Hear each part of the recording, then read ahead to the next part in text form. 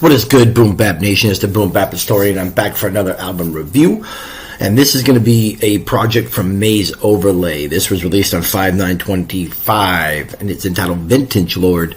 I believe this is his second project this year. I did the first one, which was entitled Word.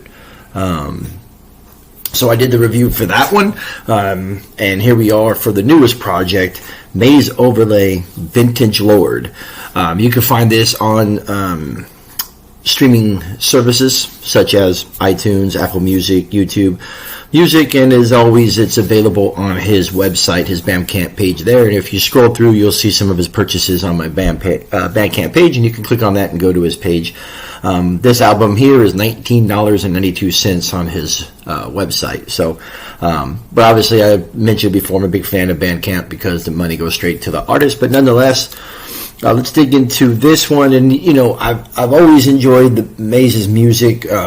I think lyrically he is a dope MC. But one thing I've always liked is generally the production that he picks for his albums and his tracks is probably what sets him apart compared to some of the other artists that I kind of frequently listen to. I mean, you know, he's one that generally seems to put out half a dozen or more releases a year. So, but I think that's what sticks out is his production is usually pretty heavy, and I dig that. So, but as usual, let's get into the track listing and then I'll get into my rating of this particular record.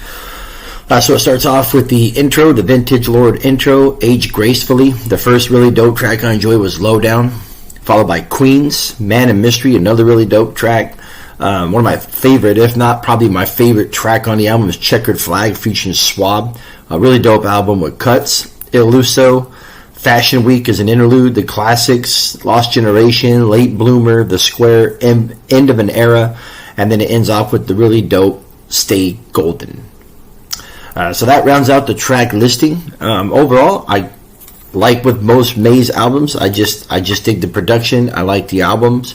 The production coupled with his, kind of gritty, grimy voice. He has a very distinct voice. There's not many like it. If you're talking about, MCs currently, if you were just to hear a Maze track, you would be like, that's Maze Overlay. But this is a solid album. I enjoyed this album just like I do with all his albums. The rating for this is 3 mics. Very solid rating for a very solid album. Has some replay value. Definitely check him out if you haven't heard him.